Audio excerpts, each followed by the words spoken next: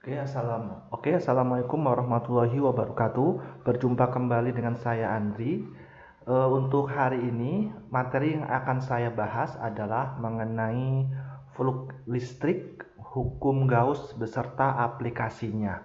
Nah, untuk materi mengenai flux listrik, saya akan definisikan dulu apa sih yang dimaksud dengan flux listrik itu. Secara fisika, flux listrik adalah jumlah garis medan listrik yang menembus permukaan secara tegak lurus. Nah, kalian bisa melihat di slide ini ada sebuah bidang ditembus oleh medan listrik E yang membentuk sudut theta terhadap garis normal. Apa itu garis normal? Garis normal itu adalah garis yang tegak lurus dengan bidang. Itu dinamakan dengan garis normal. Nah, kalau misalkan diketahui luas bidangnya adalah A, kemudian kita akan menghitung berapa nilai flux listrik gitu. Nah, untuk menghitung nilai flux listrik itu disimbolkan dengan tanda pi seperti ini. Flux itu dirumuskan flux sama dengan E dikali dengan A dikali dengan cos theta.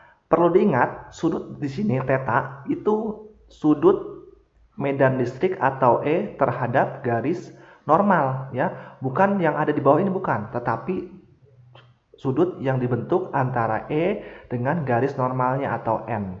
Nah, di mana ini adalah simbol dari flux listrik, satuannya Weber, E-nya adalah kuat medan listrik, satuannya Newton per Coulomb atau N per C, A-nya adalah luas bidang, satuannya meter persegi, dan theta adalah sudut yang dibentuk antara E dengan garis normal. Nah, untuk lebih mudah memahaminya, saya berikan contohnya. Misalkan, ini adalah sebuah segi 4 yang memiliki luas 10 meter persegi, ditembus oleh medan listrik sebesar 10 Newton per Coulomb dengan membentuk sudut 30 derajat terhadap arah bawah. Nah, di sini kita diminta untuk menghitung berapa nilai flux listriknya. Untuk menghitung nilai flux listriknya, kita tulis dulu persamanya. Flux itu sama dengan E dikali A dikali dengan cos alfa. Ingat ya, sudut alfa ini harus selalu terhadap garis normal. Itu. Jadi alfa itu yang ini, bukan yang 30 derajat. Jadi jangan kamu masukkan alfanya 30 derajat, salah. Tetapi yang diambil sudut garis normal dengan E-nya. Itu sudut yang kita ambil nilai dari flux listriknya. Nah, nilai alfa kita bisa dapat karena garis normal itu kan tegak lurus dengan bidang, maka total sudutnya adalah 90 derajat. Maka kalau segini, berarti tinggal 90 dikurang 30, maka nilainya jadi 60 derajat. Sehingga nanti kalau kita masukkan rumusnya, E-nya adalah 10 dari sini soalnya, luas penampangnya adalah 10, cosnya 90 dikurang 30, sehingga ini 100 dikali cos 60, dan cos 60 derajat adalah setengah. Jadi 100 dikali setengah sama dengan 50 Newton per Coulomb. Nah, itu cara kita menghitung flux listrik. Berikutnya, hukum Gauss. Seorang ilmuwan bernama Gauss, dia melakukan penelitian untuk mengetahui hubungan antara jumlah flux dengan jumlah muatan yang diselimuti di suatu tempat. Hasil yang didapat dikenal sebagai persamaan Gauss yang bunyinya adalah flux listrik yang melalui sebuah permukaan tertutup berbanding lurus terhadap muatan yang diselimuti permukaan tersebut. Nah, dari sini kalau kita dari sini bisa kita simpulkan bahwa flux itu dari rumusnya ya sebanding dengan muatan yang dilingkupi. Jadi makin besar muatannya, maka nilai fluxnya juga akan makin besar. Sehingga Gauss menulis dalam bentuk suatu persamaan yang akan kita kenal sebagai persamaan Gauss, yaitu flux sama dengan Q dibagi epsilon 0. Nah, ini dibacanya epsilon 0. Apa itu epsilon 0? Epsilon 0 itu adalah permitivitas ruang hampa. Nah, nilai dari permitivitas ruang hampa itu adalah 8,85 kali 10 pangkat min 12 kolom kuadrat per Newton meter persegi. Nah, nilai epsilon ini berupa tetapan, jadi nanti tinggal kita masukkan aja angkanya ke dalam perhitungan. Q-nya adalah muatannya. Berikutnya aplikasi dari hukum Gauss. Pertama, kalau kita akan menghitung medan listrik di dalam bola konduktor. Apa sih bola konduktor itu? Bola konduktor itu bola yang diberi muatan atau diinjeksi atau disuntik dengan muatan. Sehingga nanti muatannya itu akan tersebar merata di sekitar permukaan bola konduktor. Misalkan ada sebuah bola konduktor berjari-jari R besar. Nah, ini adalah jari-jari bola konduktornya. Nah, kita akan menghitung berapa kekuatan medan listrik di dalam bola konduktor di sini, tepat di permukaan bola konduktor, yaitu di sini. Nah, ini permukaan bola konduktor ya, paling luar ini.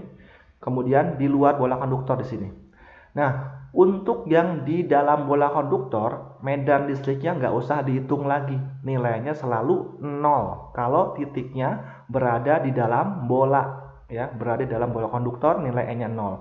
Kalau tepat di permukaan bola, nilai bola konduktornya itu dihitung pakai rumus E sama dengan K kali Q per R kuadrat. R-nya R besar.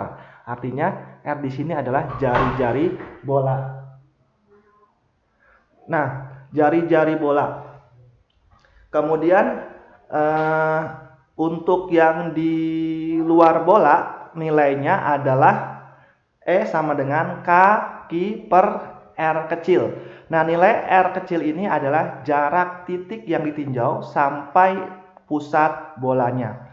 Nah, perlu diingat di sini ya, perlu diingat untuk menentukan nilai medan listriknya harus digunakan salah satu dari 3 rumus ini, khusus pada bola konduktor yang bermuatan. Kalau dia di dalam bola itu langsung nilainya adalah 0. Kalau di permukaan bola atau tepat di permukaan, ya, di sepanjang garis permukaan ini, maka nanti nilai dari kuat medan listriknya dihitung pakai rumus E sama dengan K Q per R kuadrat. R-nya adalah jari-jarinya.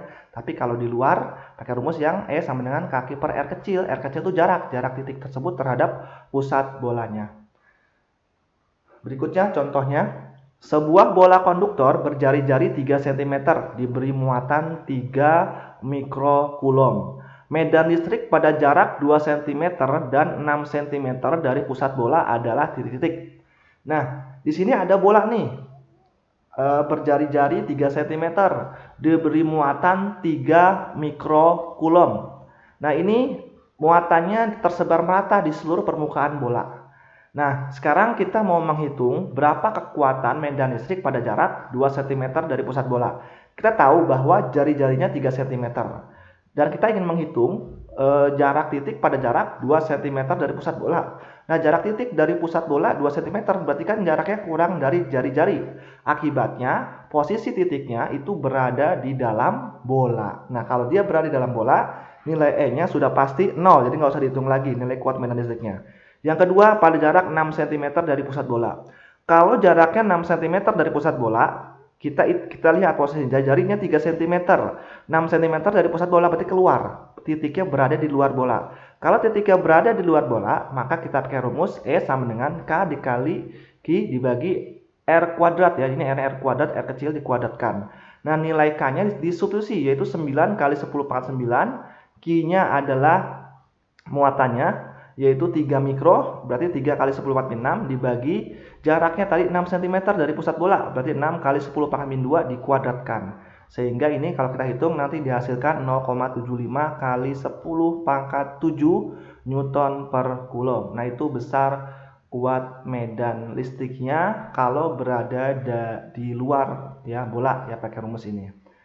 Berikutnya, aplikasi dari hukum Gauss adalah potensial pada bola konduktor. Sedikit berbeda dengan medan listrik. Kalau di permukaan bola dan di dalam bola, nilai potensial listriknya sama rumusnya. Menggunakan rumus V sama dengan kaki dibagi R. R besarnya jari-jari. Kalau dia di luar bola, titiknya itu digunakan persamaan V sama dengan kaki per R, di mana V di sini artinya potensial bola, satuannya adalah volt. Nah, untuk lebih mudahnya saya berikan contohnya seperti ini. Sebuah bola konduktor berjari-jari 3 cm dan diberi muatan 3 mikrokulom. Potensial listrik pada jarak 1 cm dan 6 cm dari pusat bola adalah titik-titik. Nah, kalau jaraknya 1 cm dari pusat bola, sedangkan jari-jari bolanya 3 cm, berarti posisinya dia berada di dalam bola. Kalau dia berada di dalam bola, menghitung rumusnya berarti V sama dengan kaki dibagi R. R-nya jari-jari. Jadi yang 1 cm tidak digunakan, tetapi R yang dipakai adalah jari-jari bolanya, ya, bukan yang 1 cm tadi. Beda dengan medan listrik. Kalau medan listrik dia berada di dalam bola, maka nilainya 0, tapi kalau potensial tidak. Kita masukkan rumusnya, K-nya 9 kali 10 pangkat 9, Q-nya 3 kali 10 pangkat min 6, per jari-jari bolanya adalah 3 kali 10 pangkat min 2 meter. Kita bagi, coret-coret, dihitung tinggal 9 kali 10 pangkat 5 volt. Sedangkan kalau jaraknya 6 cm dari pusat bola, itu kan berarti posisinya berada di luar bola, karena kan jari-jarinya 3 cm, sehingga lebih besar dari jari-jarinya. Maka titiknya berada di luar bola. Untuk menghitung potensialnya, kita pakai rumus V sama dengan kaki dibagi R kecil. R kecilnya adalah jarak.